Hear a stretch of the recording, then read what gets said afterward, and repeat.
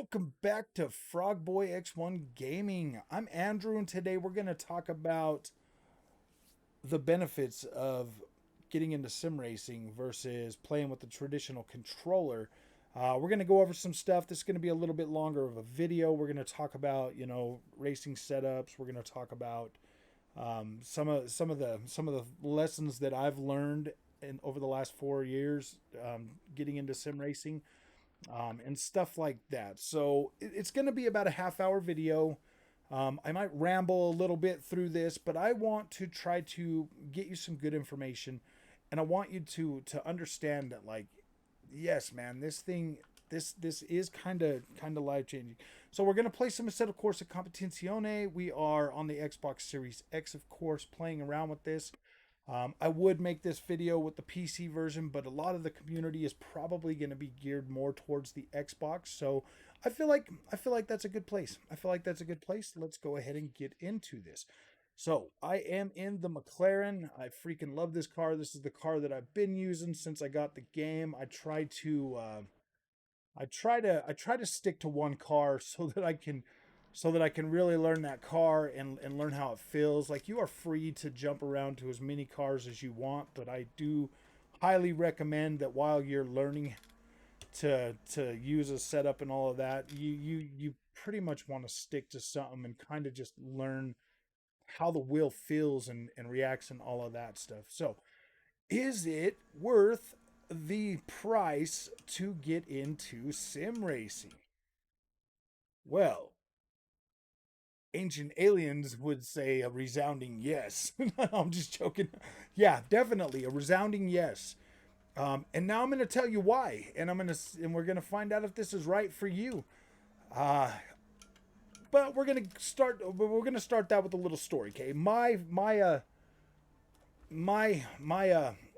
my journey into sim racing started back on Gran Turismo Sport and the PlayStation 4 Pro.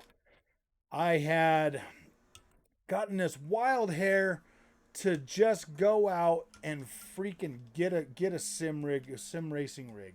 So is what I did was I went over to my local GameStop, and they had this like T80 or something, and it was just junk. I came home and I plugged that in, and I was like, nope, this thing's going right back.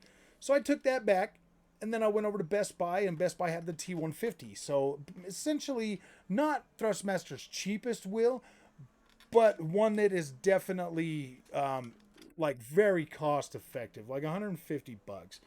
T150 was really great for Gran Turismo 7. You didn't really need any much more than that. Like, it was fine. Definitely was a learning thing. When I got home, I hooked that thing up to a little table, and I put the pedals on the floor, and I kind of like put some screws behind it so it wouldn't slide all over the place because it was sliding all over. Ended up buying like a little one of them stands that you can kind of pull a chair up to and sit on it. You can fold it up and move it if you really, really need to. That lasted a little while until we got a new kitty, and she decided she was going to chew through the pedal cord on that. So I was basically unable to use that for a little while.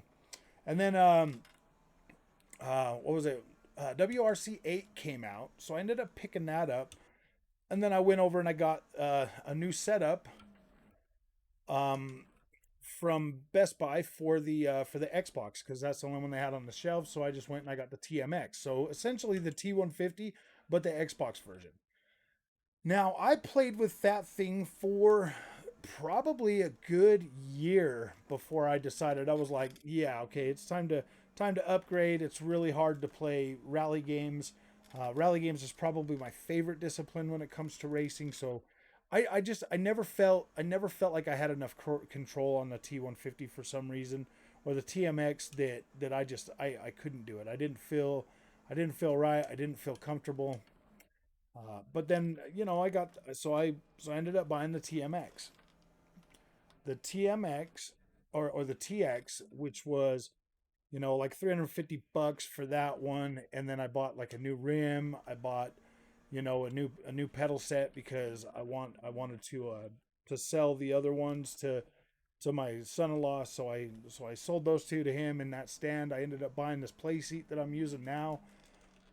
The play seat, not really a bad setup, but if you're a taller guy, you're gonna have to get the seat slider, which is another $100. So by the time I was done getting this new setup, I was well over $1,000 into this, plus the already like $550 that I'd spent on the other one. I had to buy a chair for the other one, like a flat chair that didn't have any wheels on it, so it wouldn't slide all over the place while I was trying to drive, and it just never felt right too. So I mean, I'm already $1,500 into, at that point, like well over like 1,500 into a setup already.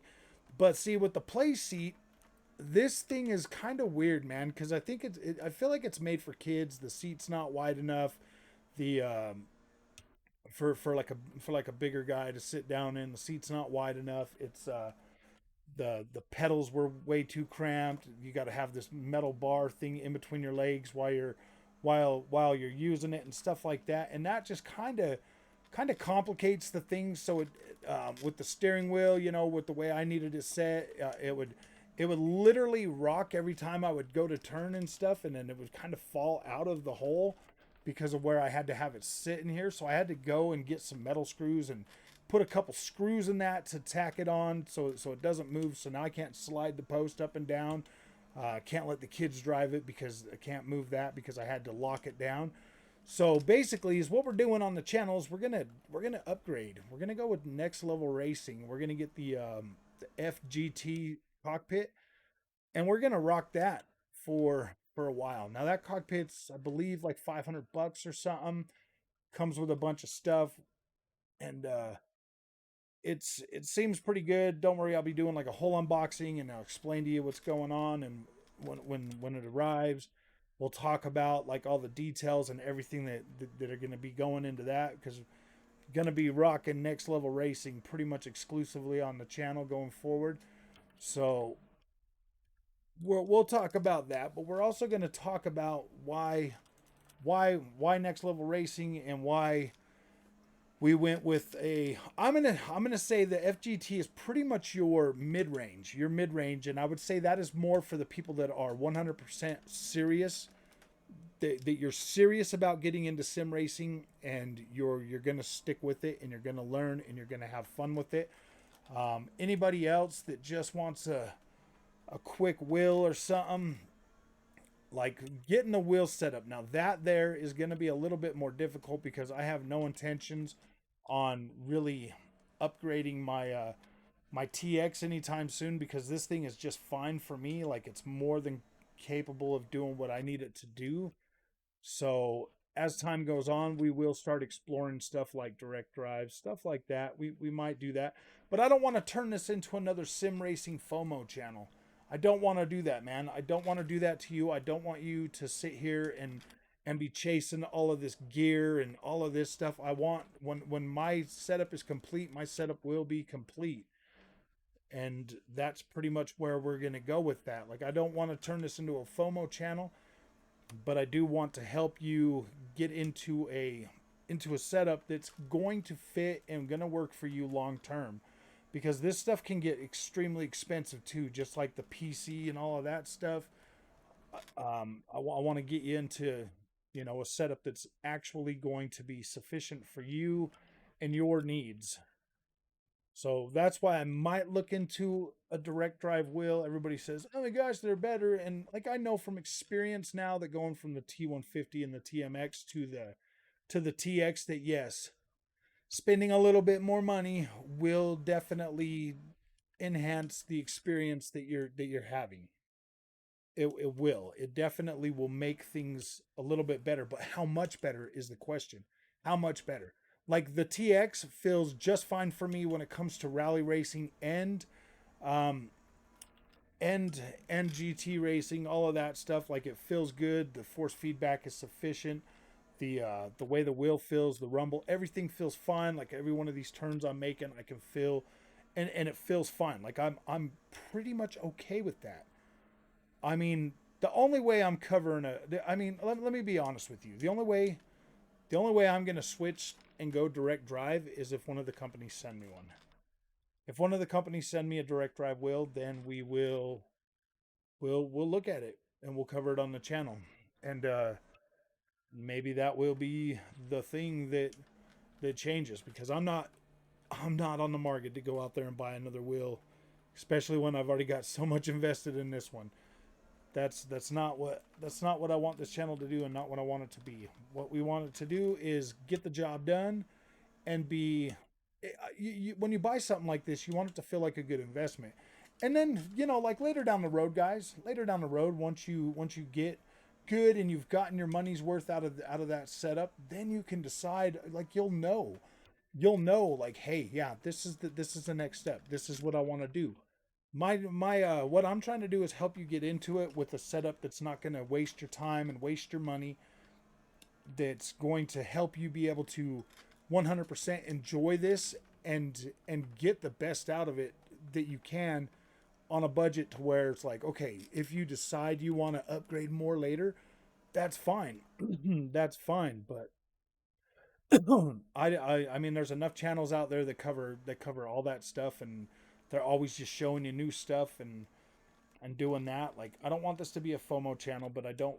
But I mean, if of course if a company sends me something, I'll cover that for them. But I'm gonna stick with the one setup that is gonna be for the channel, and we're gonna go from there. But yes, I do 100% believe that sim racing and investing in a sim racing setup is good for those of us that really love, racing games. We buy a lot of racing games. We're spending a lot of money on racing games. I'll tell you right now, man, just getting the setup might actually save you money on the software too, because you'll get into one of these games and you'll be like, yeah, man, I really love that one, and then you'll just stick with it. Assetto Corsa Competizione is that game for me. We've got Forza Horizon, or Forza, coming out soon, this year, that we'll be covering a lot of that. And man, it's so much funner to play these on the setup. Like, it is a lot freaking better. Like, this just feels incredible. And I want you to be able to experience this and not waste a bunch of money like I did.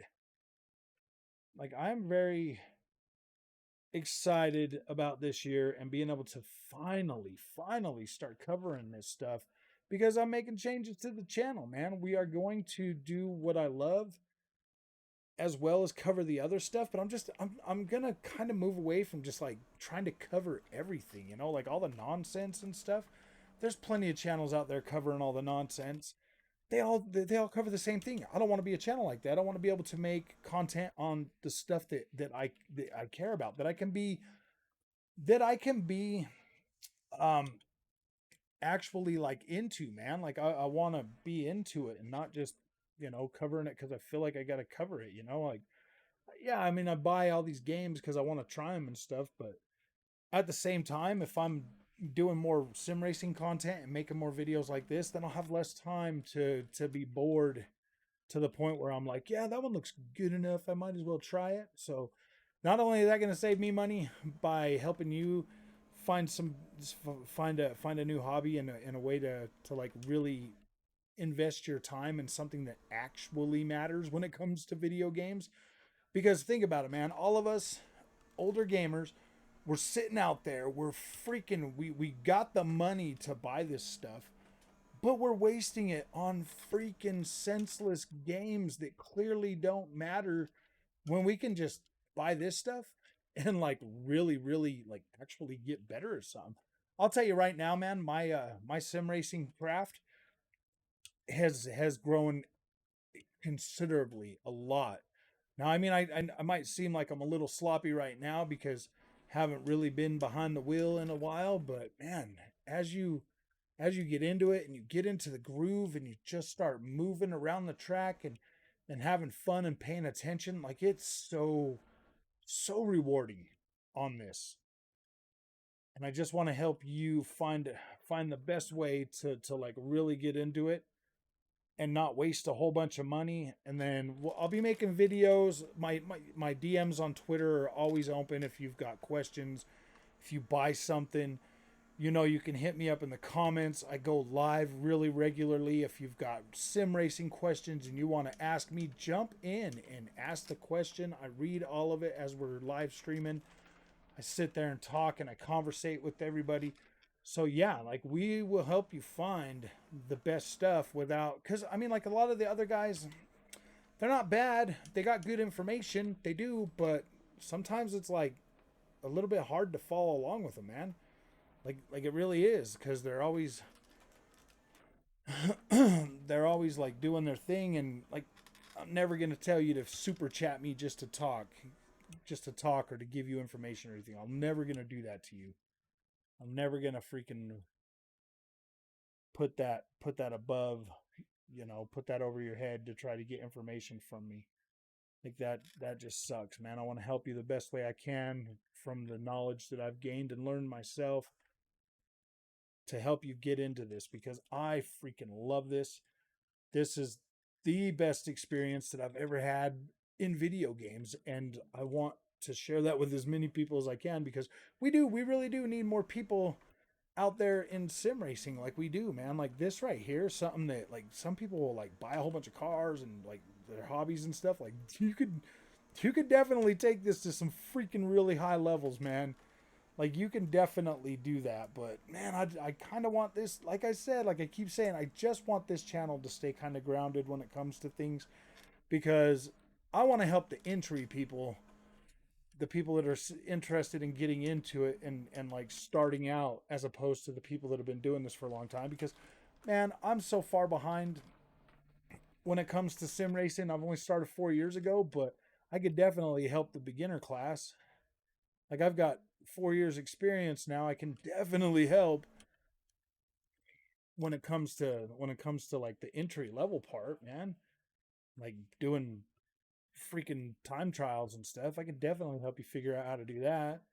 I do a lot of races too, because you need that part of the sim racing too. You need to be able to watch and break while there's people in front of you. So I do that, but I do that on my own time. I don't. It's too hard to freaking make a video racing and trying to pay attention to what everybody's doing and talking at the same time. I mean, I guess I could pre-record that stuff, and I probably will in the future have some pre-recorded race videos that I've participated in. But when I'm doing like these videos here, we're gonna be talking about them and stuff. So as time progresses, I want to start doing like an educational thing when it comes to sim racing. I want to help you find your I want to help you find your entry point into sim racing, and help it be a good system without wasting a whole bunch of money. And we'll you'll have to like I'll break it down, for in my experience with the wheel setups that I've used. um mid this TX is pretty much considered a mid-range, like it is kind of mid-range or whatever. So it's not bad, but it's not like the best on the market when it comes to Thrustmaster's equipment.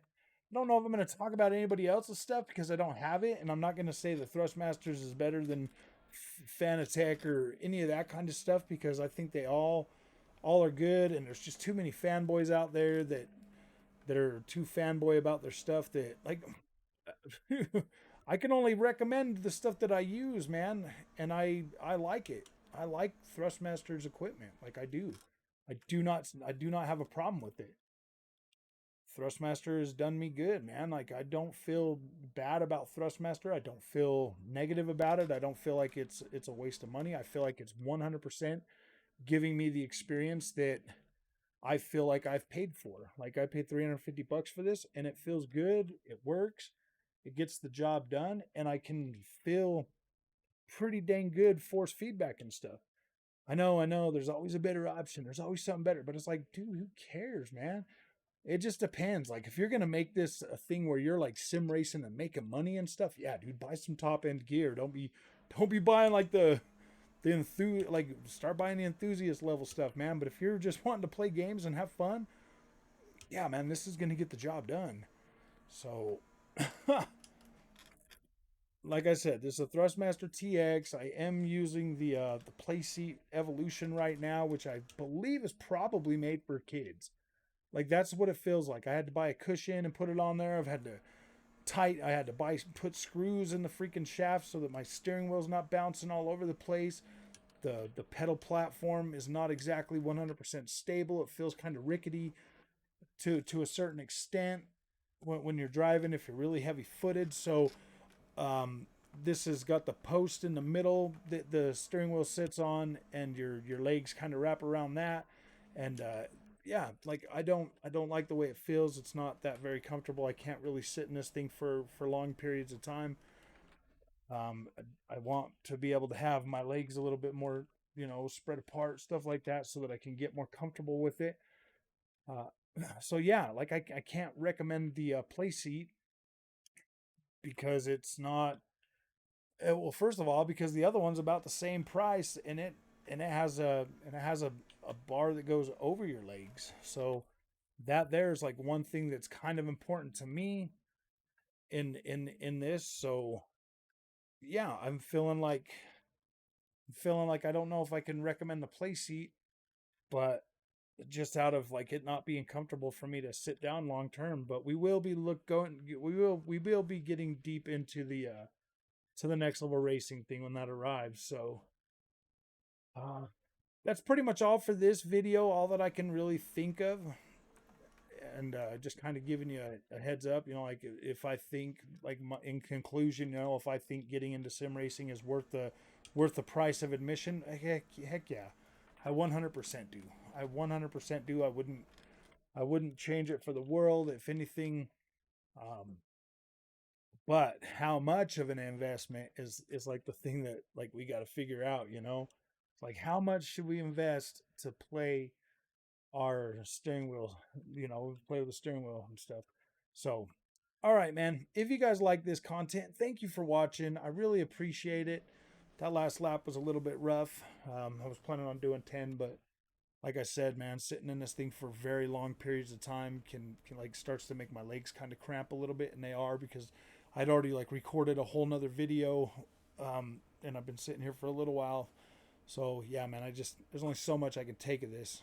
So if you guys like this content, don't forget to like and subscribe, man. I will see you guys in the next one, and thank you for watching.